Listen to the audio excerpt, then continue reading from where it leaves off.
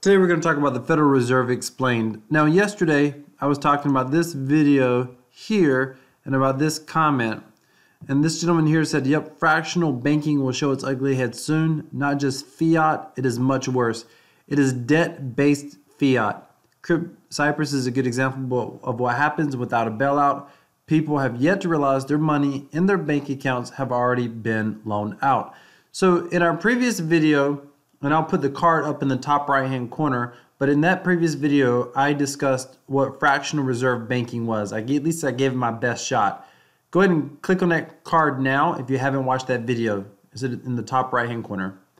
Now today I'm going to talk about the Federal Reserve. He says here it's debt-based fiat. What was he talking about that? Well, here we go. Have you ever wondered how money was issued? How does a government get money? Now you may think that if the government wants money, it just prints money. And it's not that simple. The government used to, if they had money, if the government used to, dollar bills were backed by something. $5 were backed by something. It was $1 worth of gold. It was $5 worth of gold.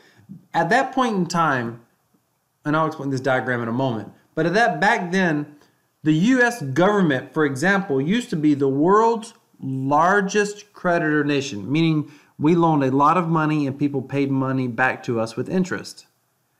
But somewhere along the way we went off the gold standard, and when that happened, we became basically a debtor nation, and we loan a lot of money to people. And part of the we borrow a lot of money, and part of the reason we borrow a lot of money is because the U.S. dollar was considered the Federal Reserve currency, which means that, or the Central Reserve currency, which basically means that the U.S. government repays its debts in U.S. dollars to other nations. By the way, what dollar do other countries typically repay their debts in? Many times they repay it in the U.S. dollar, because most governments currently, for the time being, still trust the U.S. dollar over other countries' currencies. And that's pretty crazy, but that's neither here nor there. We want to talk about the Federal Reserve. So what is the Federal Reserve? Who owns it? Where did it come from? Well, I'll leave you to go look into that, but I'm going to go ahead and tell you, you're not going to find out who owns it. It is a private entity. It is not federal, nor is it reserve, other than name only. It is probably the most lucrative business on the planet, period. And this is why.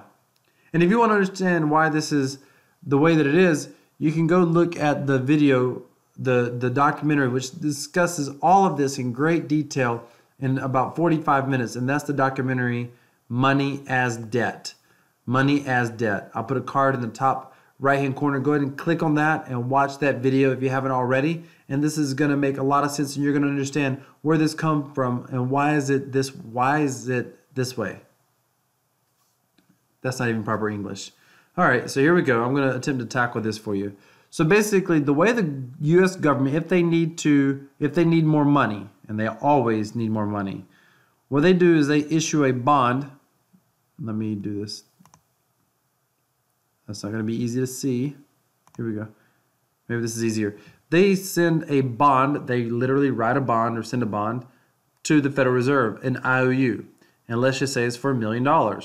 The Federal Reserve then prints the money and sends the $1 million to the government.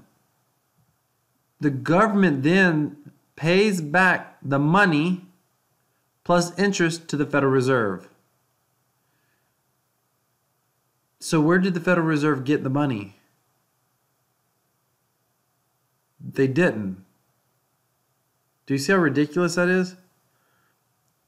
So the government issues money to the Federal Reserve.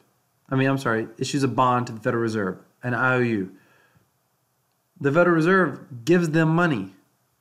They pay the money back, plus interest. If this seems crazy, it's because it is. This is an entire debt-based system. And when you combine that with fractional, so how is it that the dollar gets devalued? Why does a dollar today not buy as much as it used to? Because the government keeps printing more money through the Federal Reserve system. They keep issuing bonds to the Federal Reserve, and they keep having to collect more and more taxes to pay those bonds back. And the Federal Reserve basically sells it on the treasury market, et cetera, et cetera. So think about that. That's crazy. And this is extremely simplified. Again, you can go watch the video Money as Debt, and it will make a lot more sense to you, and you'll understand how this even happened. But the bottom line is, it's an entire debt-based system that can never unravel. And it allows for massive manipulation. It allows for massive inflation. And that hurts the value of the dollar. It hurts the value of savings. It's not ultimately good for anyone. In the short term, it's good for everyone. But long term, this cannot end. Why is it that, people used to say, oh, George Bush Jr., he spent more money than basically every president combined before him. And then Obama came along, and you heard people say, Obama spent, but it wasn't the same party, right? No one talks about their own party. Obama is spending us into oblivion. He's spending more than every president before him. And now you've got Trump. Trump is probably going to outspend by far every president before him. How? Right here. It's extremely, extremely good politically to give people money, whether you're giving it to the military or social programs or whatever. Every political party has their thing they want to spend money on. They want to fund. How do you bail out banks? Like this kind of system right here. And this system doesn't allow, it basically creates a place where the U.S. government is in so much debt, all they can do is pay the interest on their debt. And eventually, this is a problem because eventually, and I say eventually, maybe not this week, maybe not next week, maybe not next year, maybe not in the next 5 years or 10 years, but eventually, at some point, this debt grows so fast that the money in your bank account is losing obvious buying power on a monthly or even a weekly basis at some point. Like, it cannot continue on indefinitely. So what is the solution? Well, I think the solution is some form of some sort of public trustless blockchain like Bitcoin. I believe this is the single best use case.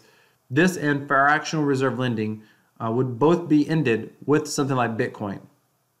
Meaning that governments couldn't spend money that they couldn't collect in revenue. So they would have to make the hard political decision. And they couldn't buy votes by promising money. I mean, this whole system, I think, is bad long term.